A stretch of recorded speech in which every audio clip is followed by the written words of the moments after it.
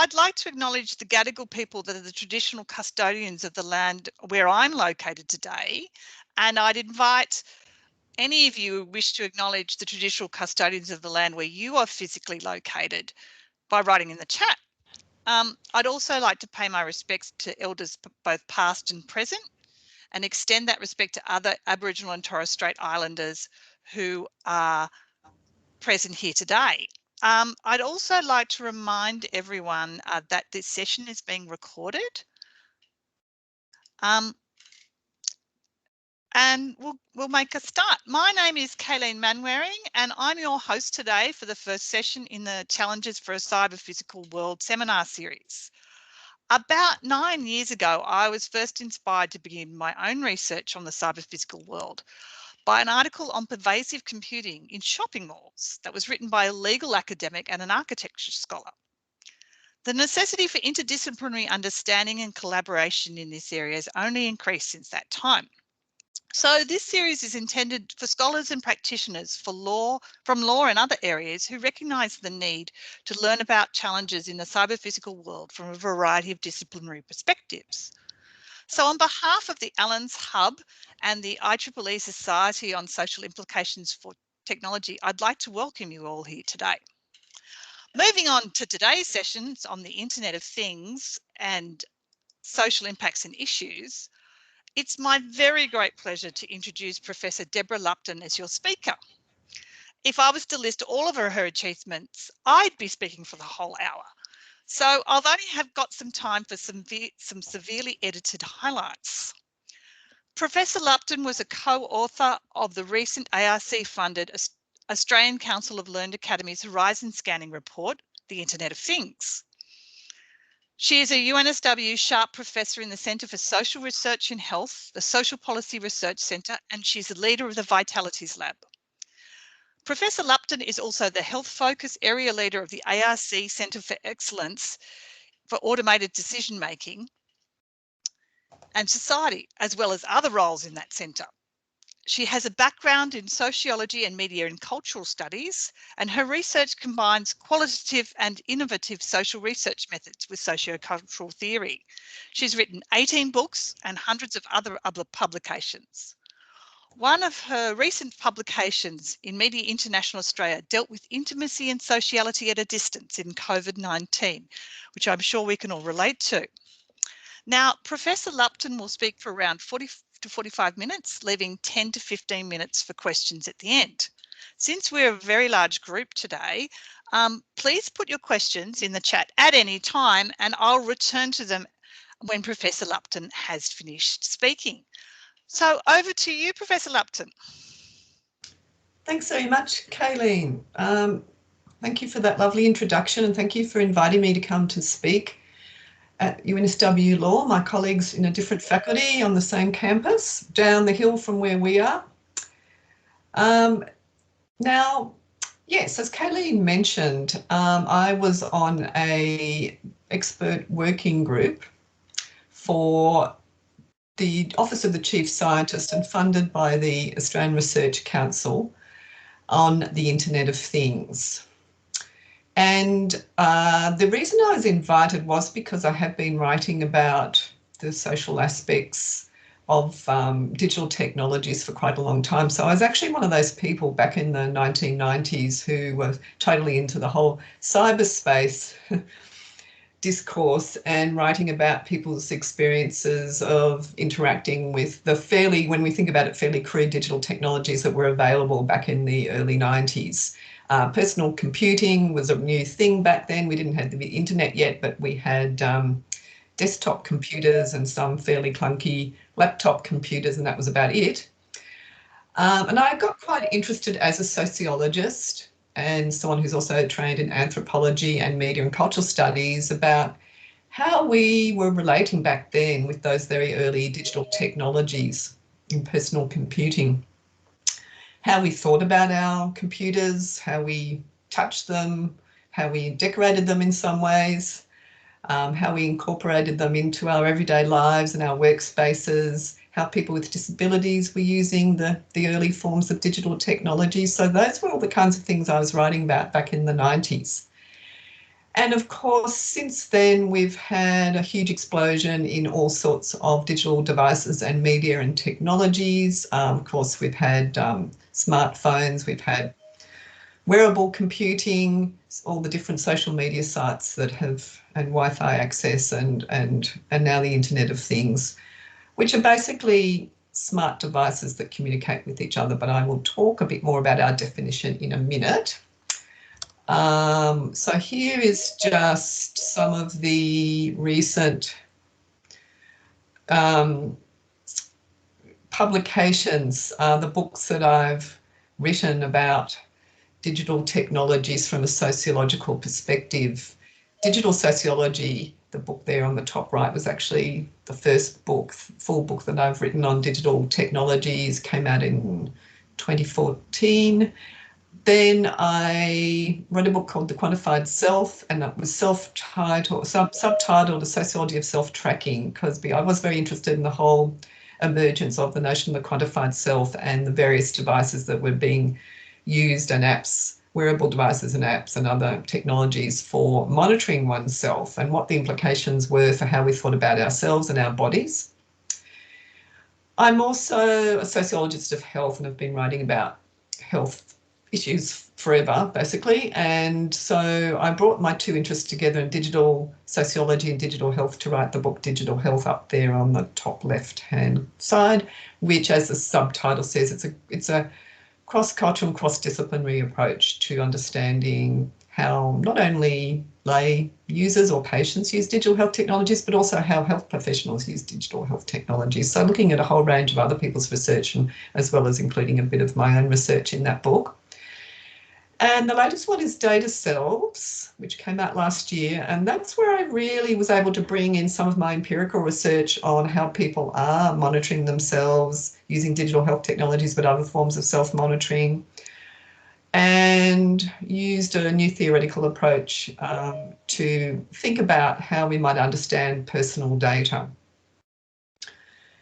Then I've also edited a few books on digital cultures and digital societies. So the two books that look exactly the same are Routledge books, but they're on different topics. One's on just on self-tracking health and medicine, and the bottom one is on risk issues and digital health. They were both special issues for journals that Routledge published also as monographs. Then there's digital food cultures. I've also been interested in sociology of food for a long time, so I edited that book with my colleague Zena Feldman, and then an edited book on the digital academic, which will be relevant to a lot of the people listening here today, I'm sure, which looks at the way that we as academics have turned to online media, not just to teach or to do research, but to engage in online communities, using social media such as Twitter, for example, to develop connections with other academics, but also people outside the university, the role of blogs, MOOCs. So there's a lot of content, really interesting content in that book too, if you're interested in those areas of digital academia. But so that's my background. So on to the Internet of Things report that I'm going to focus on today. That is the front page of the report. It's very easy to go on to the IEEE website and download a copy, a PDF. It's quite a long report. I think it's about 230 odd pages long. There's a lot of content in there. We had to actually spend a lot of time reducing it down so it wasn't too long. And there's a lot of appendices as well to support our findings, and that actually took a lot of work working out what should go in the main report, of course, and what should be in the appendices, because we had so much content to work with. But if you're interested, do go jump online and get a copy for yourself if you haven't already had a look at it. We had a great expert working group from across all the learned academies in Australia, and we had a representative from New Zealand, Holger, as well. One of the learned academies in New Zealand was involved. The expert working group was led by the wonderful Bronwyn Fox, who has now been appointed as the next chief scientist for CSIRO, which is wonderful news and very exciting for her. She did a wonderful job steering us through the expert working group. there's myself from the Academy of the Social Sciences, there's Paul Scuffham, and you can see all the other people. I won't go through them one by one. Of course, there's the chief scientist there on the right-hand side, because the Office of the Chief Scientist was the office that actually commissioned this report, and it was supported by funds from the Australian Research Council as well. So we all worked together from all the different learned academies, with wonderful support from ACOLA, to get this report together. So in the next slide, we can see the other people who are involved. So the people from ACOLA who were helping us throughout and who actually did, I would say, most of the lead work and most of the grunt work, which was fantastic. They were a wonderful team: Ryan Wynn, Lauren Palmer, Stephanie Chan and Ella Relf. We had assistance from the Office of the Chief Scientist, and they were involved in meetings with us and also giving us feedback on various iterations of the report. Of course, support from the Australian Research Council, which I've just mentioned in terms of funding. We had also support from the Department of Infrastructure, Transport, Regional Development and Communications. And again, they were involved in meetings and giving us feedback. And we had a wonderful group of contributors from all around Australia, from experts in academia and outside academia, who gave us submissions for content that we were able to synthesise within the report.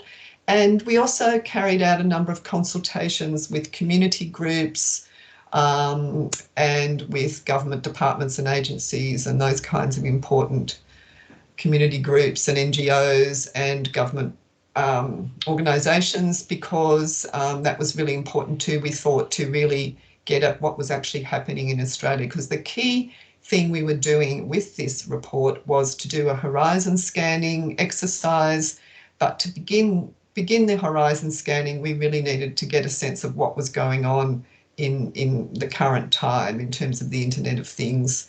So we needed to gather as much material as we could to see, well, basically what the difference was between all the proposed Internet of Things developments, what I call the imaginaries around digital technologies, the hype, and the plans, and really what we didn't know for sure was what was actually happening, what was happening on the ground in Australia. Because the other problem is, when we read a lot, even in Australia, when we read a lot about the Internet of Things that might be academic analyses or media coverage, it's often about what's going on overseas, and not so much about what is actually happening here in Australia. So that was a really important dimension to our report. And then we were asked by the chief scientist to do this horizon scanning, basically over the next decade. So what we could see might be emerging as important technologies and issues related to the IoT in the next decade. So that really was the main focus of the report. Now, we had actually spent quite a lot of time debating how we were going to define the Internet of Things, because along with a lot of other emerging digital technologies like AI or automated decision making or machine learning, there's a lot of dispute and different uses of terms, and not everyone can agree often on what different terms mean. So we did spend quite a bit of time thinking about that, because obviously for this report we needed to know what we're actually working with, how we were going to define the Internet of Things. So this is a box from our report, our published report. So we ended up defining the Internet of Things by a gigantic network of connected smart things, objects, enabled by data analytics and artificial intelligence that can make our lives easier, cheaper and more reliable. Now, something we also really wanted to emphasise across the whole report is that even though we might often think about the Internet of Things, or the average Australian citizen might think about the Internet of Things really more as things like smart cities and smart homes, because they're the sort of aspects of the IoT that have got most media attention and government attention, really.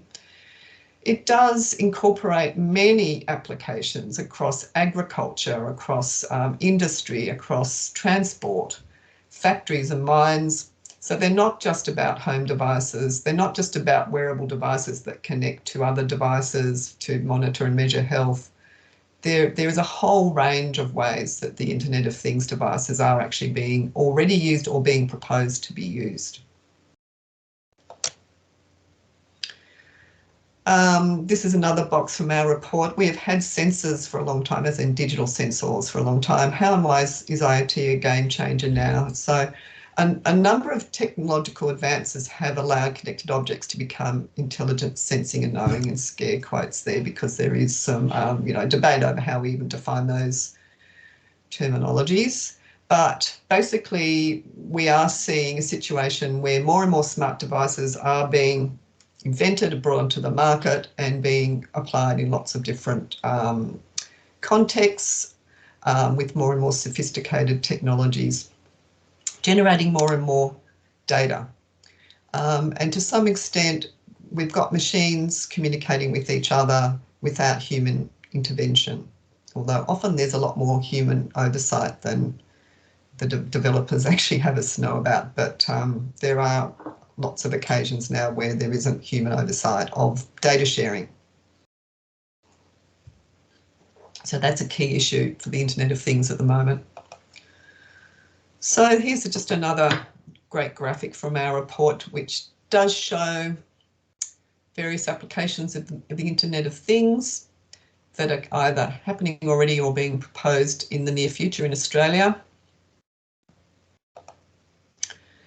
And there's also some interesting key facts about the Internet of Things. Well, there's many interesting key facts in the whole report, but this is just an infographic which sums up some of these key facts.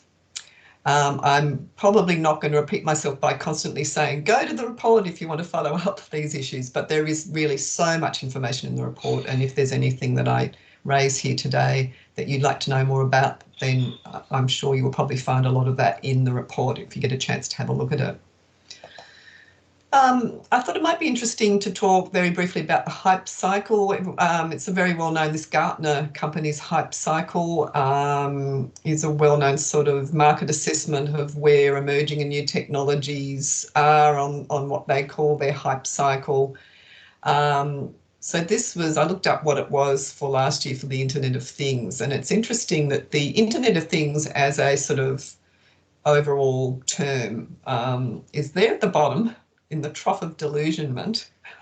So it's kind of a couple of years ago, or maybe especially back probably 5 years ago, it was right at the top of the hype cycle, because that's when a lot of attention started to be devoted to the possibilities and promises of the Internet of Things. But we, as with any emerging technologies, Gartner constantly shows with their hype cycles, you do see technologies rise and then start to go into the trough of disillusionment, and then they finally get a more realistic appraisal as companies, developers and users begin to see where the hype actually might actually be able to be applied in everyday life situations, or where it can't really, and where the hype doesn't really offer anything.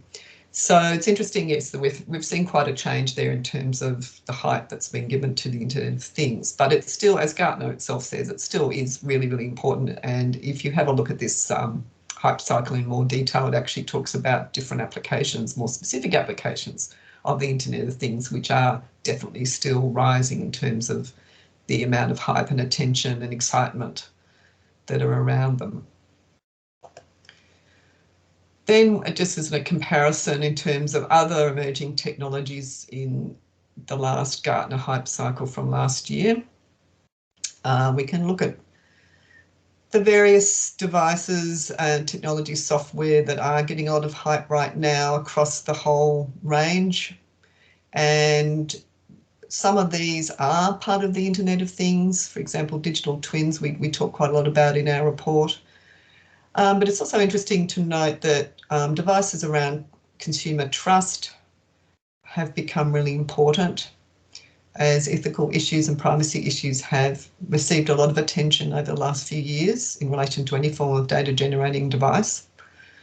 And also how the COVID pandemic has started to affect emerging technologies and the hype that's given those. So things like digital vaccine passports, ways to monitor people's movements in space for epidemiological monitoring, contact tracing and so on, had very much started to make an impact on the hype cycle.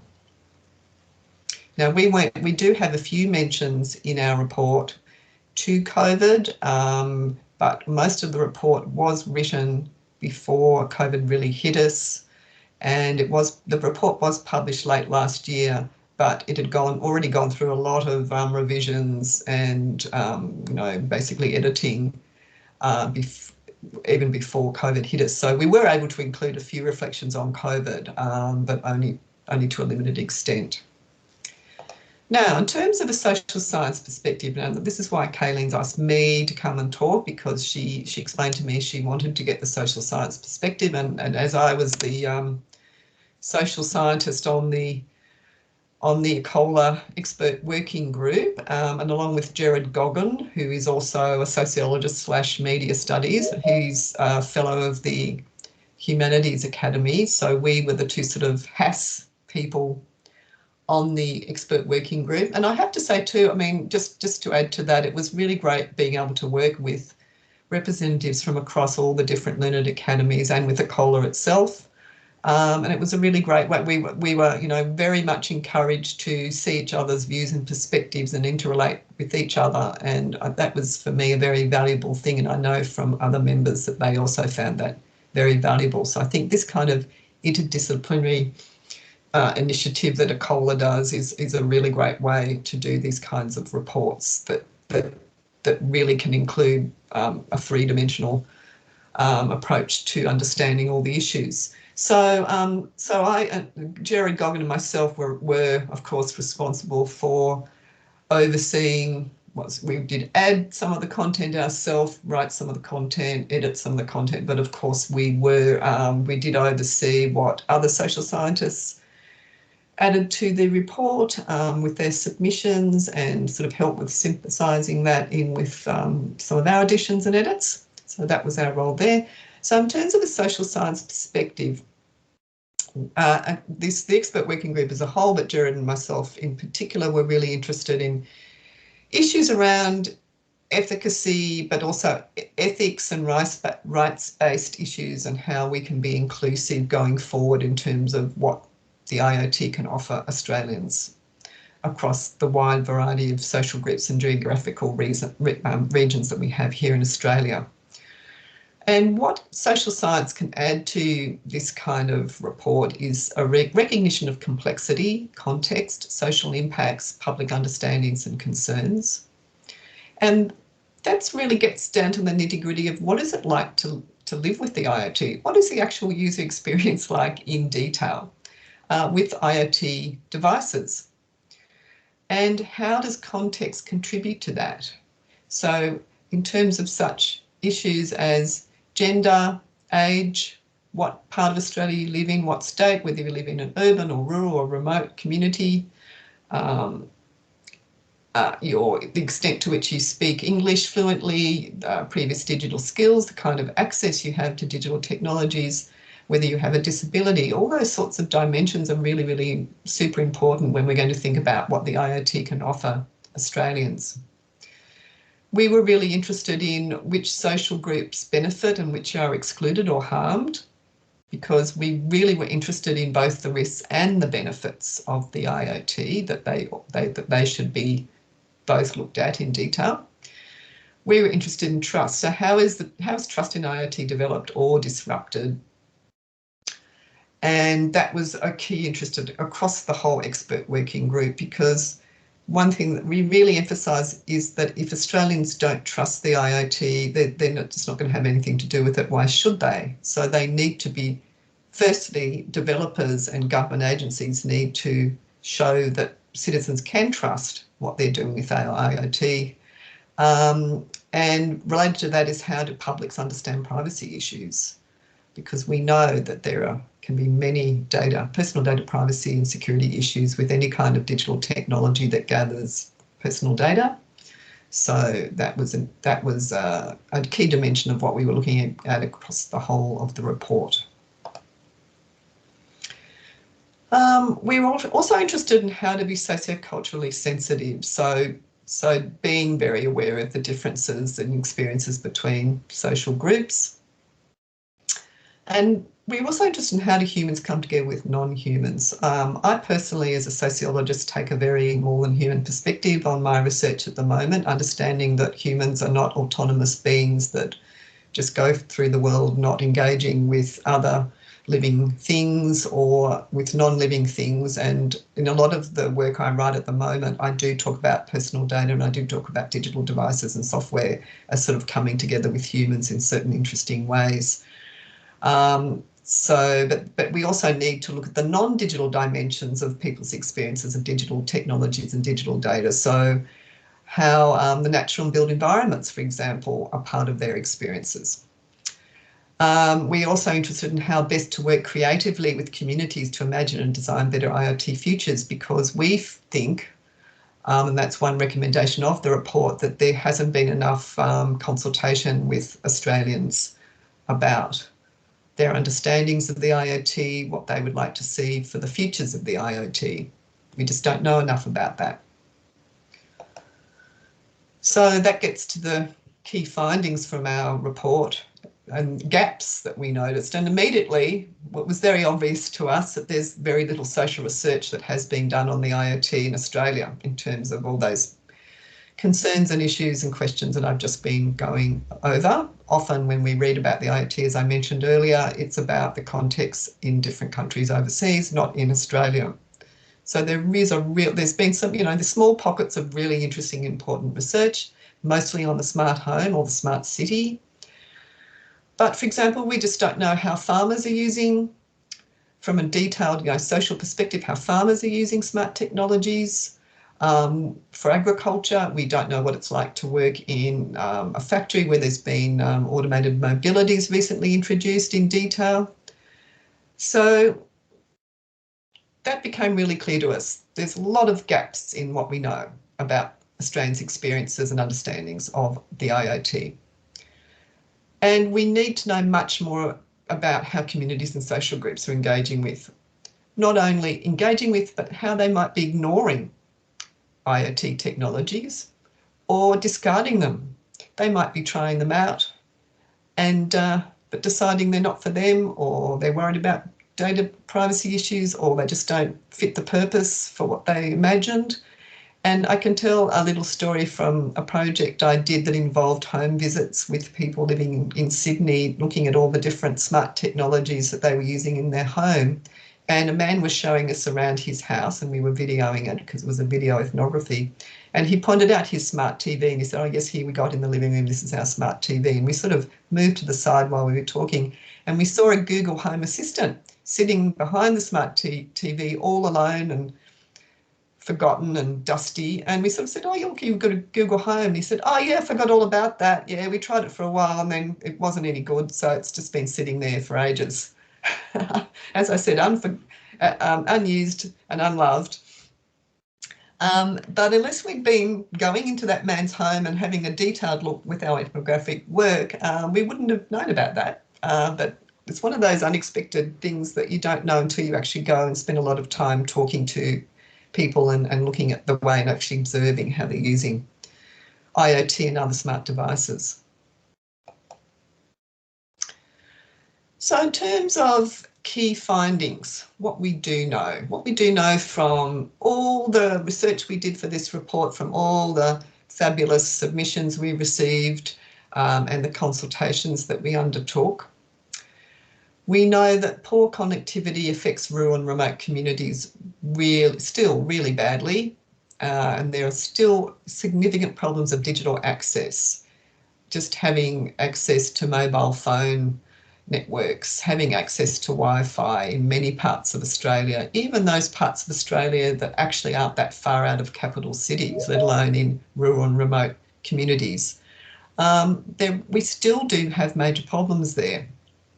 So already we have the problem that if we're trying to encourage, for example, farming communities to use smart agricultural technologies, or if we're looking at smart roads that can be equipped to be embedded with sensors so that there's better understanding of how they are used. I mean, there's just no way that can even start to happen until the Wi-Fi is there and works reliably. So that is really a key problem that's going to sort of really have an impact on how the IoT can flourish and be used effectively and inclusively in Australia over the next decade.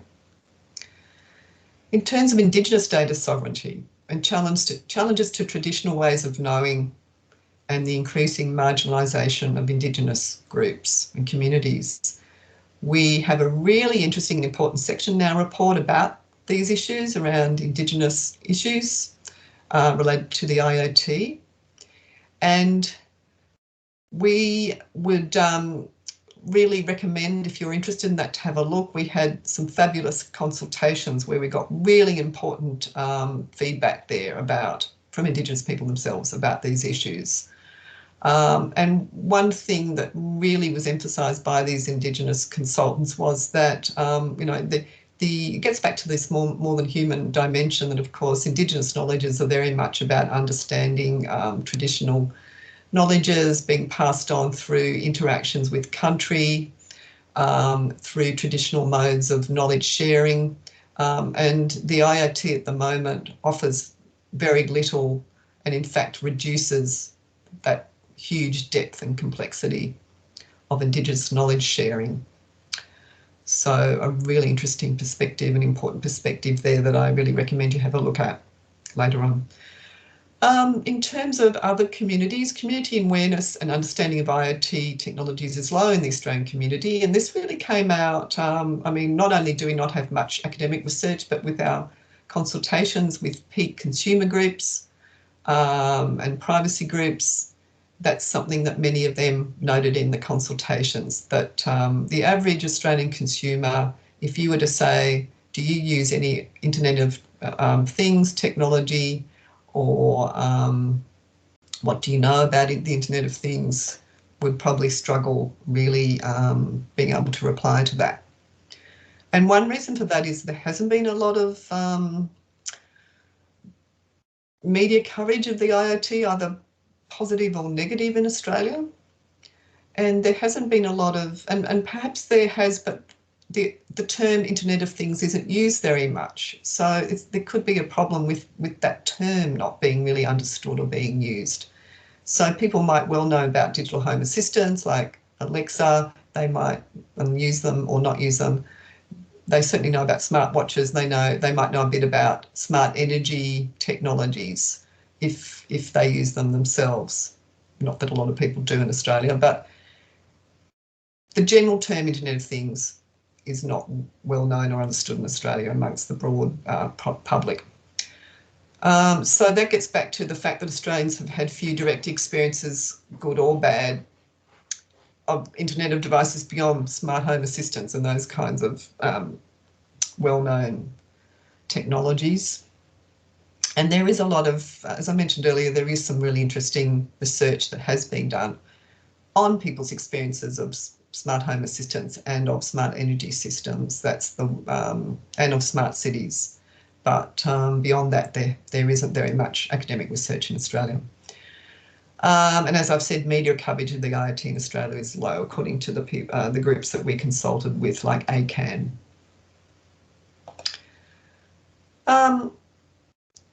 Getting back to key findings, what do we know and talk about in the report?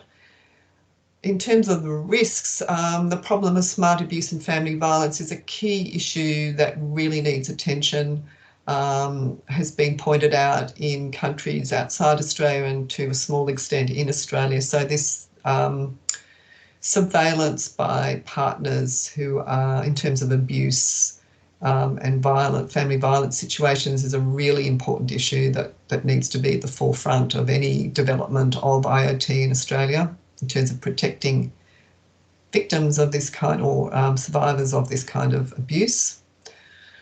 As I've mentioned, most research has been on smart homes in Australia. What about all the other applications of the IoT?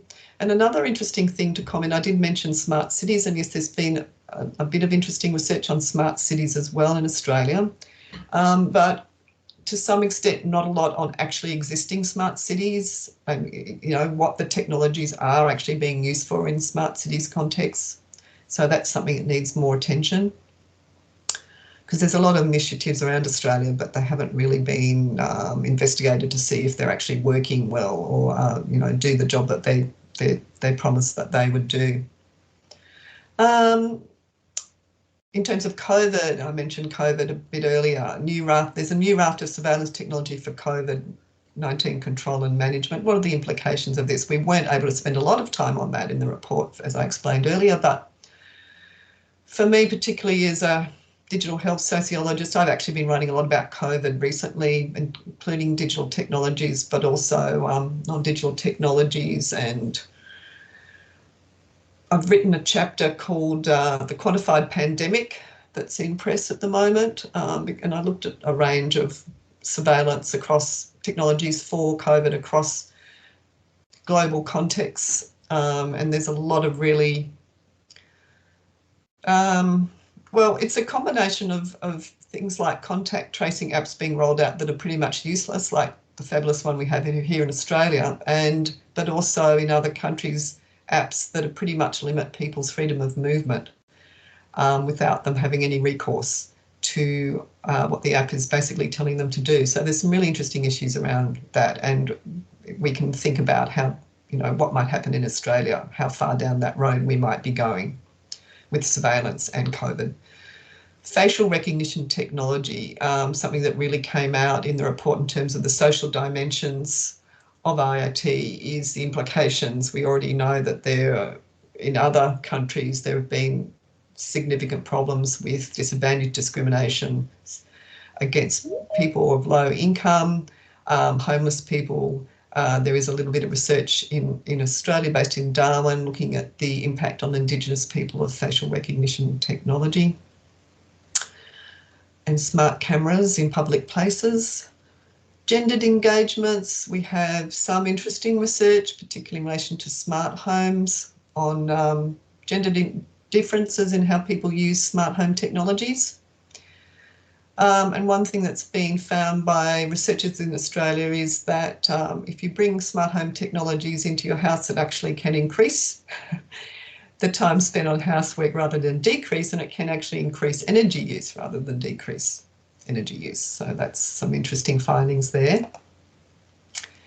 And in terms of recommendations then in our report, so we do end up by saying, I suppose this is an inevitable, academics always say that more research is needed, but I mean, we really did find that there was a paucity of social research, and we really do need more social research across all IoT domains in Australia, because we need to understand the benefits and harms much better from a social perspective. We need greater community involvement and consultation to build trust and efficacy. We need to consider humans as part of broader ecosystems when we're thinking about the IoT. The IoT, of course, is its own little sort of ecosystem of smart devices and humans coming together, and in some cases coming together with plants and with animals in smart agriculture, for example.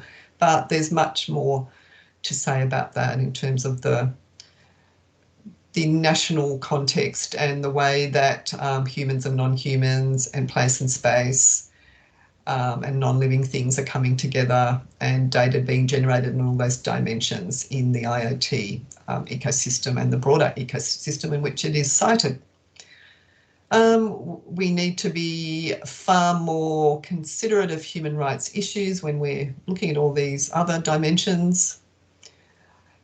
There needs to be acknowledgement of socioeconomic differences in needs and uses. So we did manage to point out quite a few of these, but going forward, that's something that will need to be focused on continually.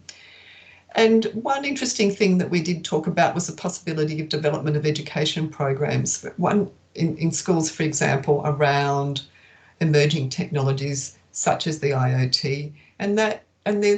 I do a lot of interesting research at the moment that uses creative methods, gets young people to use their phones to do photographic diaries, gets people to use arts-based methods. There could be really exciting and interesting approaches that you could use in schools that would really generate student interest.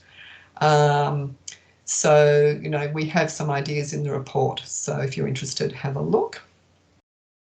And I'd just like to finish by also, if people are interested in what I've just been talking about, I did actually publish in 2020 in the journal Sociology Compass a review article on the Internet of Things and social dimensions. So I go into a lot more detail there than we had a chance to do in the report, which was, you know, trying to do a lot of different things at once. But in this article, if you're interested in a review article on this, you can look that up. And there's also a teaching and learning guide that goes along with that Sociology Compass article as well, where there's, if you're a university educator, there's ideas for further readings and for activities in class with that teaching and learning guide as well.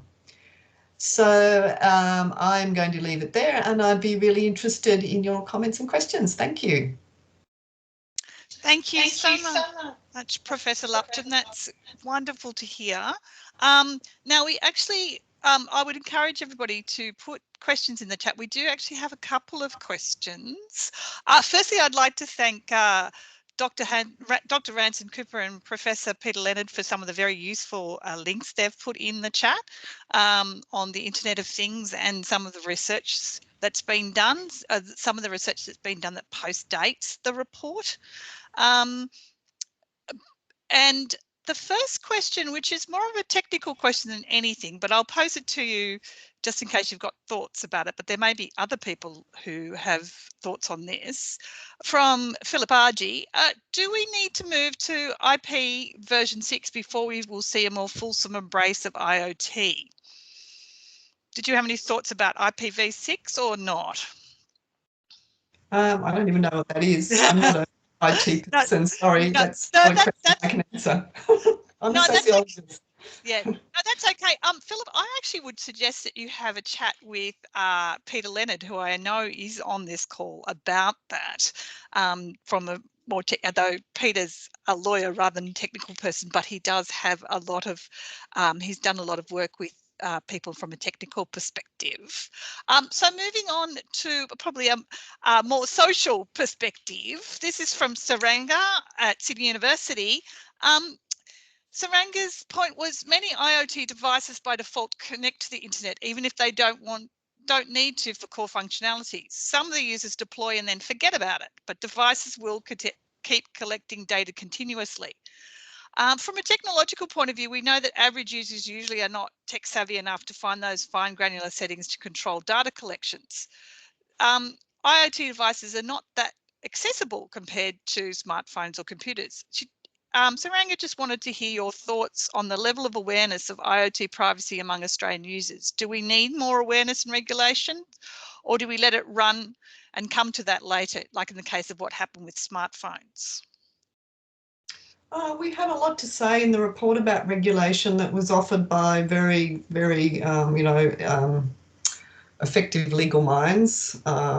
Submissions in particular, had a lot of really great submissions. I'm not a legal scholar, so I can't talk about regulation, but what I can tell you that I have done a lot of research over the past decade on Australians' uses of all sorts of digital technologies, and I always have a question.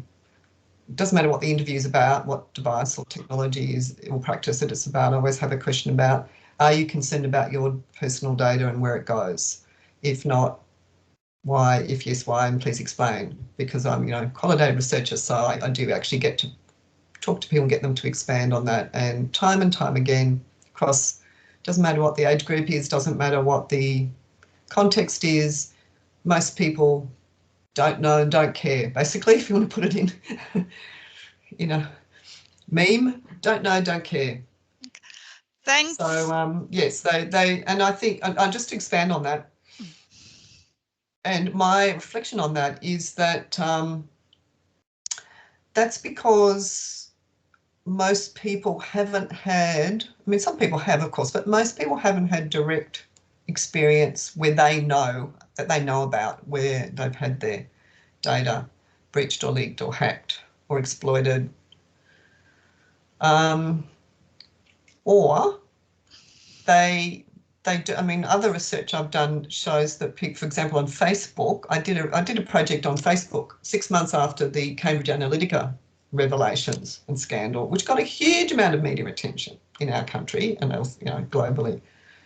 So I was interested in how people who used Facebook were responding to the massive amount of bad publicity Facebook got at that time. And even though it was only less than 6 months after Cambridge Analytica, it was just interviews with people about why do you use Facebook, what do you like about Facebook, what don't you like about Facebook. Hardly anyone talked about data privacy issues.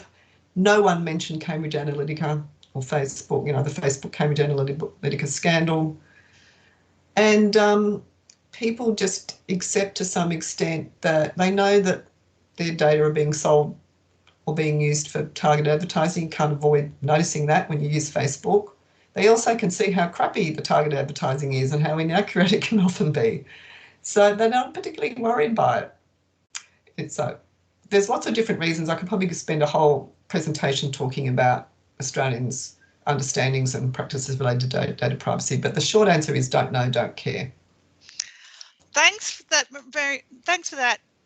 Professor Lupton. I'd just like to add to that in the sense that I know that there are current research projects going on that relate to awareness of IoT privacy, particularly at Deakin University with Ian Warren and Monique Mann. I know Ian's on this call. I'm not sure Monique is, and then they should be delivering some work soon. That's been funded by ACAN, and I also think that the project, although you'll have to correct me if I'm wrong, that's being run by David Lindsay, Ivana Wright, and Genevieve Wilson at UTS at the moment, deals with that to some extent. I know that in my own work, I've done a summary of a lot of research that's been done, not so much by academics, but by some of the regulators like the OAIC, the ACCC, the Consumer Policy Research Centre has done some work too on levels of awareness generally, although that's less focused on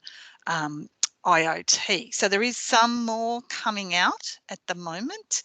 And I know some of the Consumer Policy Research Centre is less so on there's a lot on the don't know, and there's some on the don't know, don't care, but there's also some work on not so much don't care as, it is a don't care, but it's a don't care because they feel that there's a form of learned helplessness happening where they're just going, it's not going to make, I can't change anything.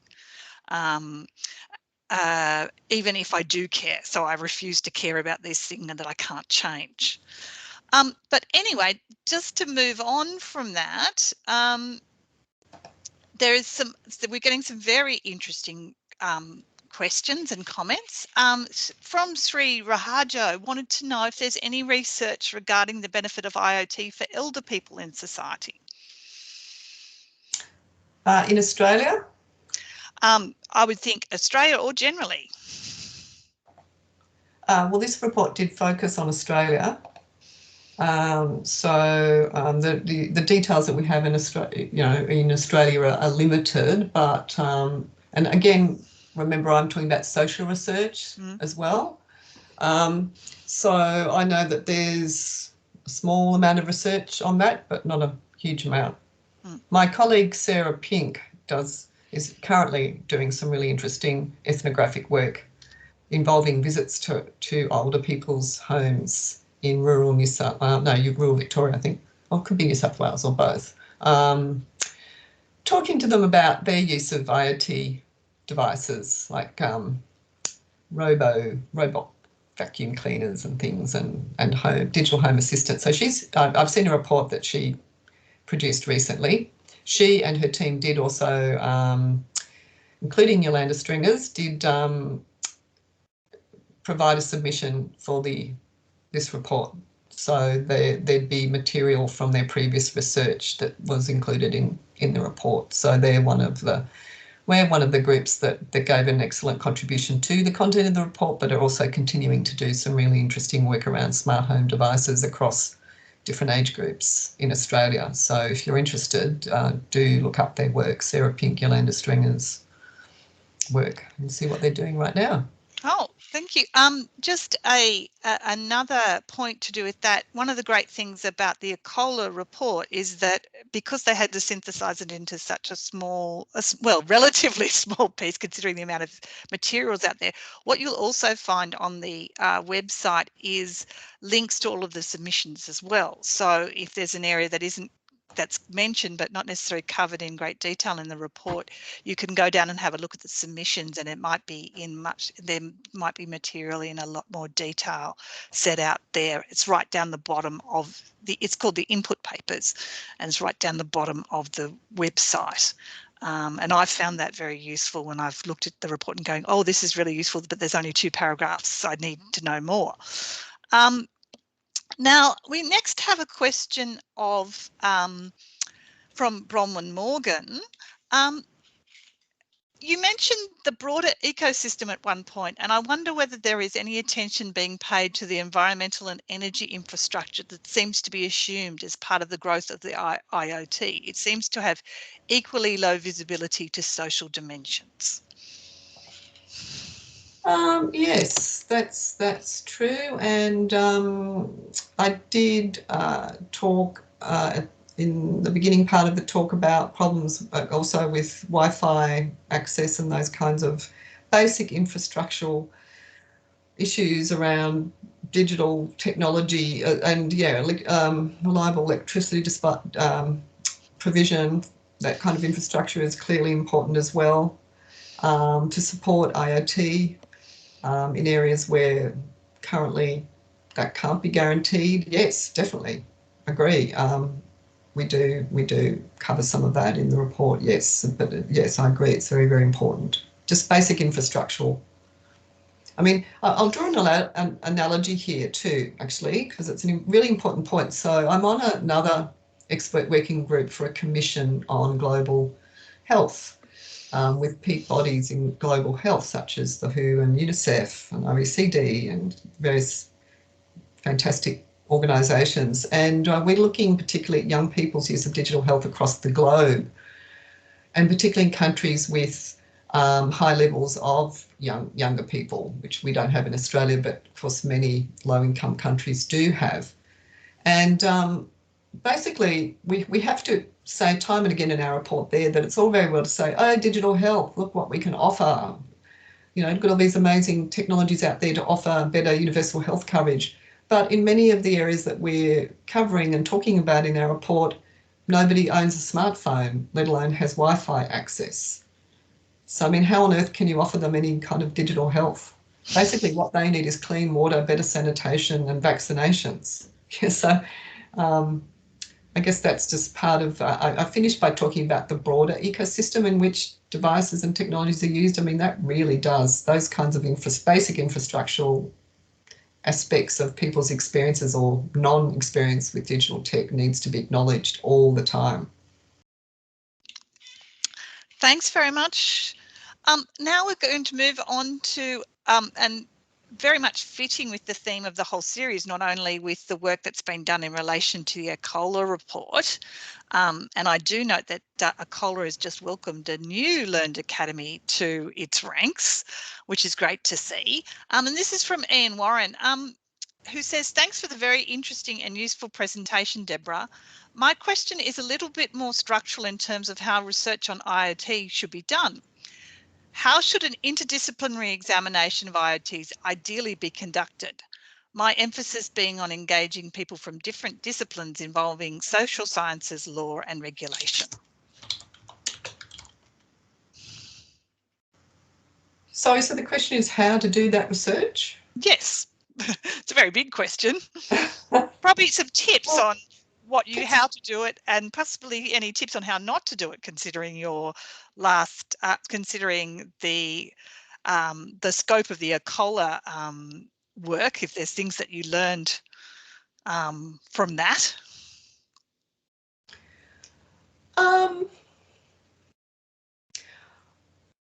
Well, I guess the ECOLA report was a bit different because it wasn't actually an applied kind of empirical, social research project. It was very much based on consultations and approaches that I don't often use in my own research for, academic research, but which in the end was an incredibly useful way to do things.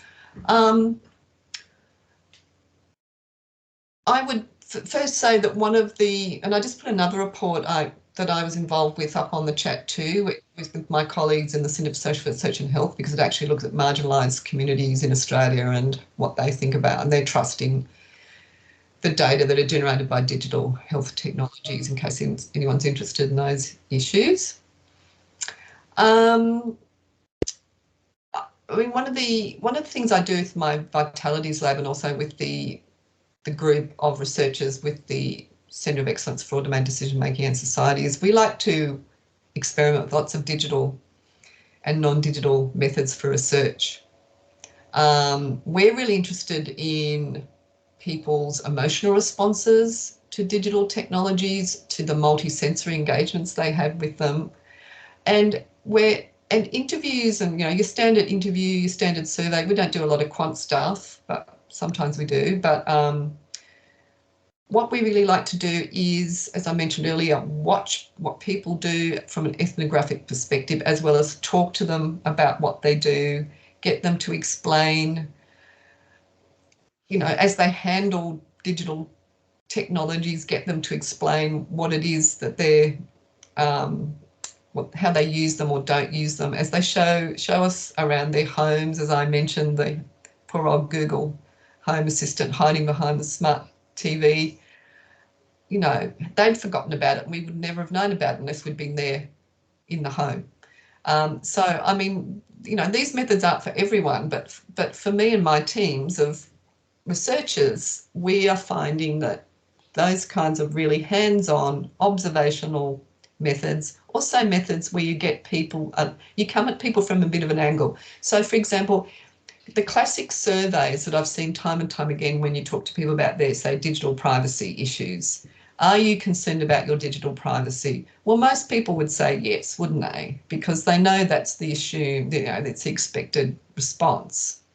But you don't really know what they mean by that. If yes, I'm concerned or very concerned or a little bit concerned, you really need to go beyond that and find out exactly what it is they're concerned about, because it's a huge, the whole digital privacy covers so many different devices, so many users, so many contexts. In some contexts, they may not care less about it, as in, for example, Facebook use.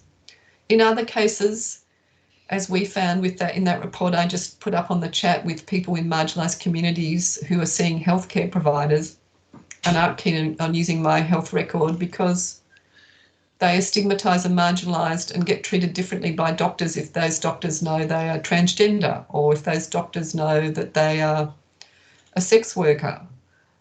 But those same people may be perfectly happy to go onto Facebook and talk about those issues. If you see what I mean? It really, I think that any research, if you really want to get at the understandings and practices that people have and the context of that and the complexity and the diversity of that, you've got to get beyond your simple survey. A simple survey is great for just getting a few quant metrics, but really understanding what's going on in people's lives. I just recommend doing really in-depth work that could involve asking people about things from a bit of a bleak angle. So rather than just directly saying, in our Facebook research, we didn't mention Cambridge Analytica. I wanted to see if they would mention it.